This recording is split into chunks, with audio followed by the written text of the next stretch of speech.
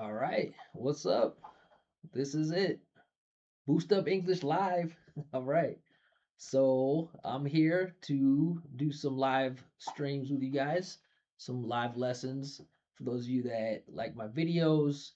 Have learned from my channel, taken classes with me, and I want to give you guys an opportunity to interact with me and ask some questions live, and that way I can figure out exactly what you guys want to talk about or what you want to learn about instead of me trying to figure out which videos are the best videos to make for you. So this is going to be a regular thing, but I'm not going to commit yet to a specific schedule. But we will be doing lives moving forward. So um, happy to have you guys here, and I'm looking forward to everything that we'll be covering and helping you guys understand how American accent works, how to break it down, what are the rules, how do Americans listen to the language, basically learning how to train your ear and train your voice. So today we're just going to start with an easy topic. We're going to do the flat T. That's a really popular one. And also, if you guys have other topics that you want me to talk about either today or in a future live stream, just you can drop that in the chat. And if you're not catching the live stream here live, when you're watching it back, the replay, you could go ahead and drop in the comments whatever you would like me to cover in future videos. So let's jump into it here. Sorry, this is my first time ever doing this. So you guys have to be a little bit patient with me. All right, so this is my website. All right, the flap T. So flap T is one of the most common sounds, and it's easy to recognize, and it's also fun. Some topics are more interesting or more exciting than others. Flap T is one that you can really see results and benefits from right away. So what do we mean when we say flap T? We actually have four different ways to pronounce a T sound in English. So we're not going to cover all of those here today, but flap T is the T that gets turned into the soft D sound. So most people are familiar with the examples of city and water. So we don't say water or city, right? We turn that T sound into a soft D. So a lot of people think that flap T is something that just makes you sound American, which it's true, but it's not only Americans that use the flap T. I know Australians use the flap T. I'm not sure um, what other native speakers use the flap T, but it does more than just tell someone that you're American. It actually helps people follow your intonation and stress. So let's talk about when and why the flap T happens. All right, so when you're trying to figure out how to pronounce a T, the first thing you should do is start out and decide, is this T important? Important. So what do I mean by that? Is the T part of one of the stressed syllables? Most importantly, at the beginning of a stressed syllable. So most of the time, right? And I'm going to say most of the time because there's obviously exceptions in English, right? It wouldn't be English without exceptions. But most of the time, we're only going to use the true T when it's important. So that means when it comes at the beginning of a stressed syllable. So some examples could be, right, attention, attention, or uh, I'm really bad at thinking of examples in the moment. Contest, right? Contest could be one, the verb, not contest. right? So here, these T sounds are coming at the beginning of the stressed syllable. So we want them to be clear, we want them to be obvious, we want the listener to know that these are important T's and they're delivering part of the message or part of the important part of the word. So if the T is important, if it's at the beginning of a stressed syllable, it's never going to be a flap T. Flap T only happens in unstressed syllables. So back to my point of not only does the flap T make you sound American, but it also lets the listener know that it is an unstressed syllable, right? So when we look at our examples here, wa, okay, this is the stressed syllable, and the T is coming after that, so we know that it's not a true T, it's a flat T, water. Same thing here. City, right? First syllable stressed, the T is not here, so it's not a true T. All right, so why do we make it a flat T is because it's actually easier for us.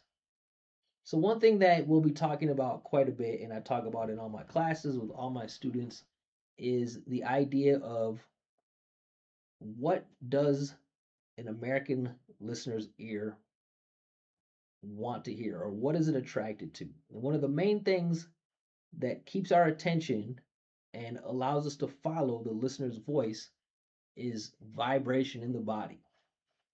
So we have things called voiced and voiceless sounds, right? Voiced sounds are vibrating sounds, voiceless sounds are not vibrating sounds. If you listen to me right now, you can hear that there's some vibration in my chest. Okay? This is the sound that a listener expects to hear when they're listening to a native speaker. So when we're creating this vibration, these voice sounds down here in our chest, we don't like to jump up and down from voice to voiceless. So when we're doing a flat T, what we're actually doing is just continuing through the word with this same vibration, right? T and D are what we call minimal pairs. Put this here. Minimal pairs.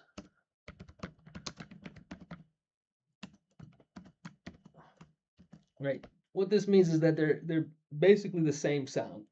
The only difference is that right, the tongue position is the same, the mouth position is the same. The difference is that one has vibration, one doesn't. So if you right make a T sound, right, your tongue is probably coming up here on this gum ridge, the hard part, or a D sound, right? It's the same contact point, but the D has that vibration. So this is how we end up creating the flap T. So the T is not important, it's not stressed, and it's surrounded by vibrating sounds. So when we talk about vowel sounds, all vowel sounds are voiced, vibrating. So when we're speaking, we don't like to turn that vibration off, right? When I'm down here, I'm saying wah, wah, wah, wah, wah, and It's not comfortable or easy for me to come up and say water, right? So if I just keep that vibration active, the T naturally turns into a D, and I say water, water, just like that. All right, so that's why we make a flap T and when we make a flap T, right? When it's an unstressed syllable, we want the listener to know that it's not important, and we want to make it easy. So we just keep that vibration going, slide right through, and a T turning into a D. So let's check out some examples. All right, all of these examples are T's that are unstressed. Oh, okay, well, this is ChatGPT list, or actually, it's a Grok list. This is different. This is we're going to turn this into a stop T. We'll talk about the stop T later. Let me just remove this for now. Okay, but these examples here are examples of T's that do not come at the beginning of a stressed syllable, and they're surrounded by vowel sounds. So we're going to keep that vibration going, and we're going to turn it into a D sound. So instead of better, I'll say better. Or instead of water, we'll say water. right? City becomes, or city becomes city. It's hard for me to even say it with a true T. With meeting, data, computer. This is one that I hear. Well, actually, these two. My students use these words: meeting, meeting, meeting, all the time. And I always hear students say meeting, meeting, meeting, meeting, meeting, meeting. So, right? I mean, obviously, people understand you through context, but when you're delivering a message in a way the listener doesn't expect, it forces them to use more processing power to follow you, and it becomes less comfortable, and people start to focus on how you're saying things instead of what you're saying, and that defeats the purpose of you communicating because you want them to focus on what you're actually saying. All right, same thing with computer. I have a lot of programmers, architects, whatever you guys call yourself these days.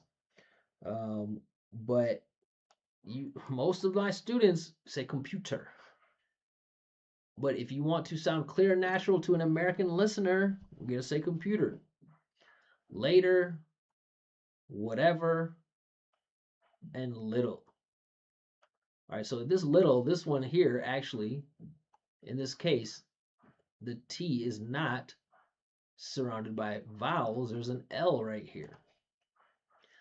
So this will be a lesson for another day, but for today, you guys can just know that when you have an L at the end of a syllable, it's not a what we call light L. The light L is the la la la la la la that everyone's used to. This is called a dark L, and this is a ooh ooh ooh ooh. Right, you can hear that vibration in my chest. Ooh ooh ooh ooh. So we can still use the same start vibration, continue vibration idea here, and go from little to little. If you guys want to know more about the dark L, you can come check out syllabic L. Yeah, this one here. This is the best. This is the best one. We got light versus dark L. So you guys can check this video out. It's only 3 minutes long and it breaks down exactly how it works. But for now, we can all just know that the dark L is also vibrating. There's other examples here as well that Grok didn't put here. Is when we have like vowel plus R. So R is one of our vibrating sounds.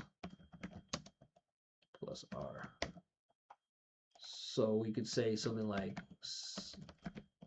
starter, or it's always hard for me to think of examples in the moment. But this will do. There's lots of examples. Like I have my flat T videos here as well with more examples.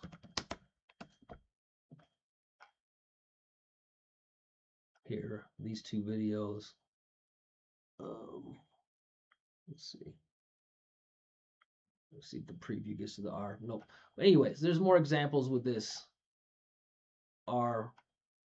So it would always be a vowel plus R, and then the T, and then the vowel. But this R, again, just like that old dark L, the R, way down here in the chest and vibrating. So we don't want to say starter, right? Now I'm moving the resonance, or the focus of my voice up and down too much. It's not easy, it doesn't flow. So instead of starter, I say starter, like that. Where that T again turns into the flat T or soft D sound. All right, so for all you tech enthusiasts people here, these are some examples of, again, this one is not here. This would also be, because this E is silent, it doesn't have any effect on this T. So this would be a stop T. We'll talk about the stop T in a different video.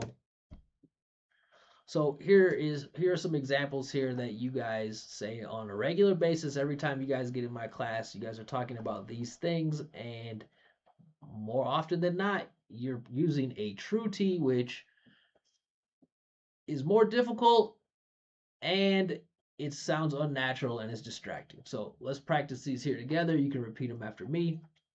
First one is startup. Startup. Digital. Listen close. Digital. Automatic. Automatic. And if you notice, I wouldn't pay too much attention to this stuff. This is all just grok AI stuff, but like we can put this in here into the dictionary. And check this out.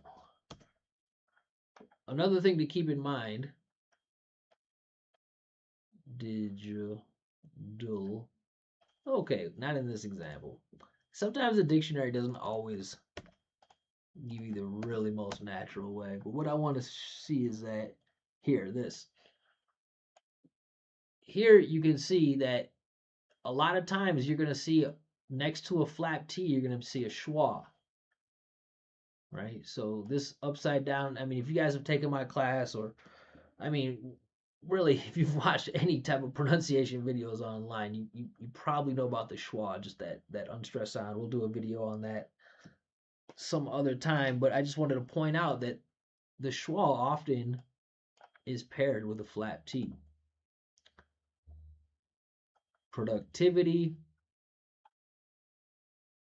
nota, right? Here's a schwa, nota, notification. Right? If we throw this into the dictionary, look at that. Nota, duh. Right? You see it even comes with a that schwa sound. Technically there's a symbol for the flap T, but I don't think that it's used very often. Most of the standard dictionaries just keep the T here, the T sound. I mean, you can see we're in American pronunciation, but like if we go to Uglish, we'll see. Go to US. I would guess just which apps send notification to your. I would guess that 100% of the examples that are actually American English will be with a flap T. Slow it down just wrist and view the available watch. The app will give you another notification telling you flap T. And subscribe and click the bell notification icon. That's not American English. Like to go and hit the notification bell. Flap T. Benefit from it. And don't forget to hit the notification bell. There you go, flap T. I guess that's the same speaker. And don't forget to hit the. Should have put the random. Subscribe to Psych2Go. All right, let's put random. So, tip here for Uglish: you put that here. We'll search the videos randomly. Imagery. Don't forget to like, subscribe, and hit the notification. Notification, flap T. This timeline is still very much in line with OSHA notification requirements. Notification. All right. So you can see that a lot of times, I mean, the dictionary is really helpful, but it doesn't always show you what natural speech sounds like. So Uglish is a great tool that I recommend. I use it all the time as well, to show my students. Also sometimes, like with some of the newer tech words that come out and things like that, I'll go to Uglish and look them up. I've got a tutorial here as well. I think is it. There we go. The Uglish tutorial here on the channel as well. If you guys want a quick rundown of how to use Uglish in an effective way. All right, we were doing some repeat after me here, so we kind of got lost. Let's do this. Let's start from the top here. You guys can repeat after me. Startup. Startup. Digital. Digital. Automatic. Automatic. Productivity. Productivity. Notification. not notification. I won't be using AI here for this stuff in the future. Database. Database. This is iterate. Iterate. All right, so this is bothering me. Let's just delete it. All right, so this is an interesting one here. So like, look, the T is actually in the stressed syllable, right? When you come to the dictionary, the ones that are bolded, you can tell that's the stress, or with the IPA, whatever comes after this apostrophe is the stressed syllable. This one down here is secondary stress. Not all words will have this, but if it's a longer word, it will have a primary and secondary. So if you notice, the T here it's in the stressed syllable, but it's at the end of the stressed syllable. So it's not important enough to get pronounced as a true T. So this will always happen. I mean, anytime you see this, it can happen. It will happen. That it will. If it's not, it's got to be at the beginning. It's got to be at the beginning of the stressed syllable, unless it's some type of exception. I mean, there are exceptions where unstressed T's do get pronounced as true T's. If you can think of any, leave them in the comments or in the chat. But this is a great example of how a stressed syllable with a T will still be a flap T if the T's at the end. All right. So now we got to talk about linking. Okay, we know about how to identify these individual words. But now what about linking? So consonant to vowel. What we're really talking about is consonant to vowel linking. So we'll do a full video on this. You can go look it up. I've got a linking mini course on my website, boostupenglish.com. But what basically happens with consonant to vowel linking is that whenever a word finishes with a consonant and the next one finishes with a vowel, the consonant gets attached to the next word. So we don't pronounce this as like wud about, it's wud devout. And we know that this T is not at the beginning of a stressed syllable, right? About is unstressed, or this is a schwa here is unstressed. This is the stressed syllable. So it's what about. But you see, notice how I'm keeping my voice moving forward. This is one thing we'll be talking about quite a bit, and it's one of the most challenging things for non-native speakers to learn how to do. Listen again, listen to how I bring my voice up, and in order to connect this, it's all coming through one connected stream. Listen to this. What about? Right? And so that's how we would link with consonant to vowel linking and turn it into a flat T. That's weird. Notes from Grok. I definitely did not tell Grok anything about this being juicy. So I'm just going to get rid of this. And I eventually I'm going to make a flap T web page as well, or just a T web page. All right, so look at all these phrasal verbs and stuff that you guys are saying all the time, that the way you're saying it, you're being understood through context, but you're also sending the listener a lot of extra clutter to process, and they're basically converting it into the format that works for them, even though it's easier for you to pronounce, right? That's the whole point of communication is, right? You want to send your idea in the way that's easiest for the receiver. So there's two options, right, for the non-native speakers. You guys can say these things in a way that's easy for you to pronounce, but not so easy for the native speaker to understand.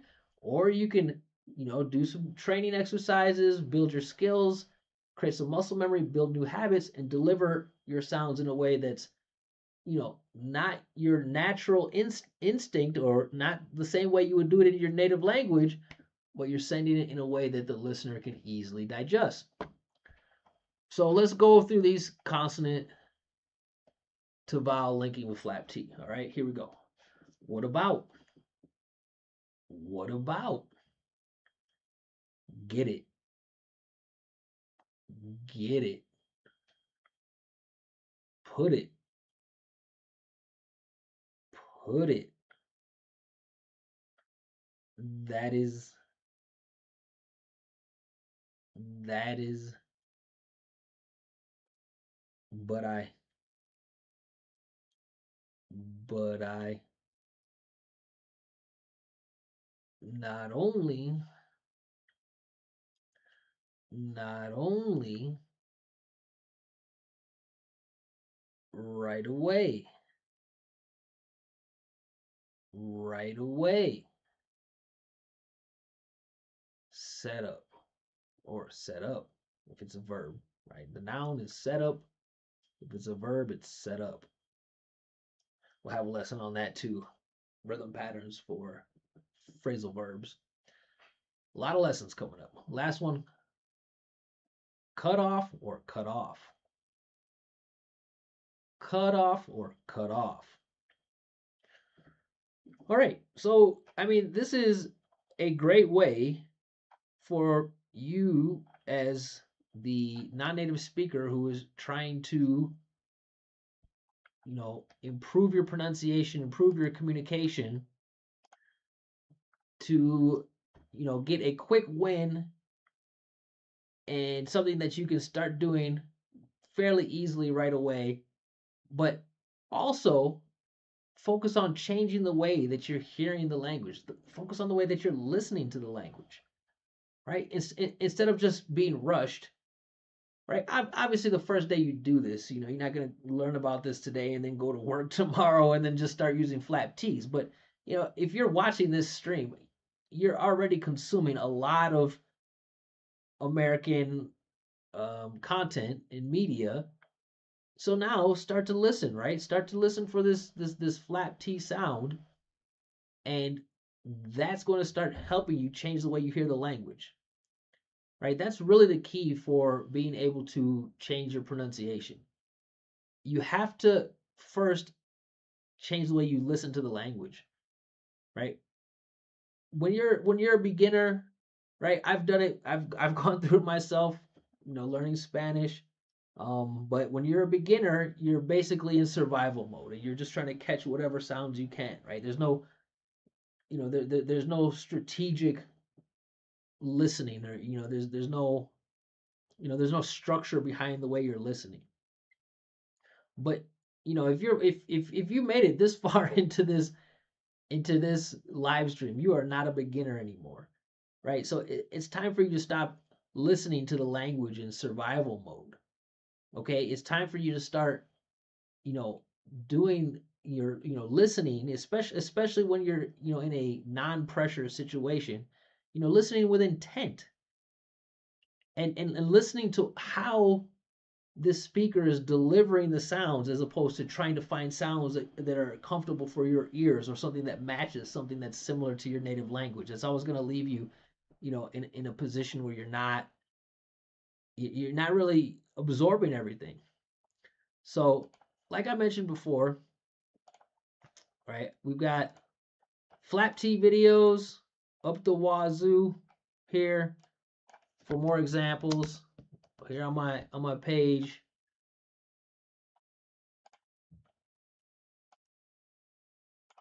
Okay. Even short flap T shorts. So,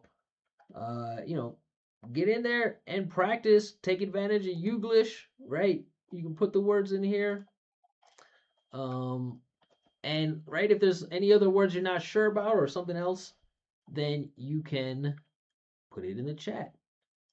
Also, don't forget that if you need access to a complete pronunciation, self-paced pronunciation training program, right, with hundreds of lessons and downloadable audios, I recommend Rachel's English. I've worked with Rachel for years, and she by far has the most complete resource for pronunciation training. So you can go to her academy and you can find hundreds and hundreds of examples of flap T words, and not just the words, but with audio, regular speed, slow motion. She cuts it down into different portions and pieces, and you can use that to train yourself. Now that you know exactly what you're listening for, all you have to do is just build some muscle memory. Also, if you use the coupon code Josh10, you'll get 10% off of the Academy price. There's a link in the description. And if you want me to personally check your accent and let you know what you should be working on, what is the gap between, where you are and what your goal is, or what's making you sound more difficult for native speakers to understand, go ahead and sign up for the quick accent check. There's a link in the description. It is a 15-minute live call, and I will listen to you, take notes, and then give you feedback and a specific plan to move forward to start changing the way you hear the language and closing the gap between where you are and your goal.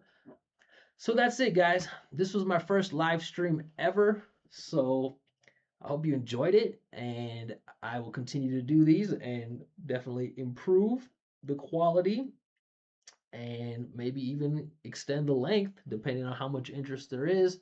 And again, there is actually in the description here, there's a link for you guys if you want me to do an analysis of your pronunciation during a live stream. There's a link in the description where you can send me a video recording, and I will check it out and we'll do a live analysis right here on the live stream for free. So that's it, guys. Thank you for joining me. Thank you for watching. And I'm looking forward to the rest of these. And now that you guys know about the flap T, you just boosted up your English.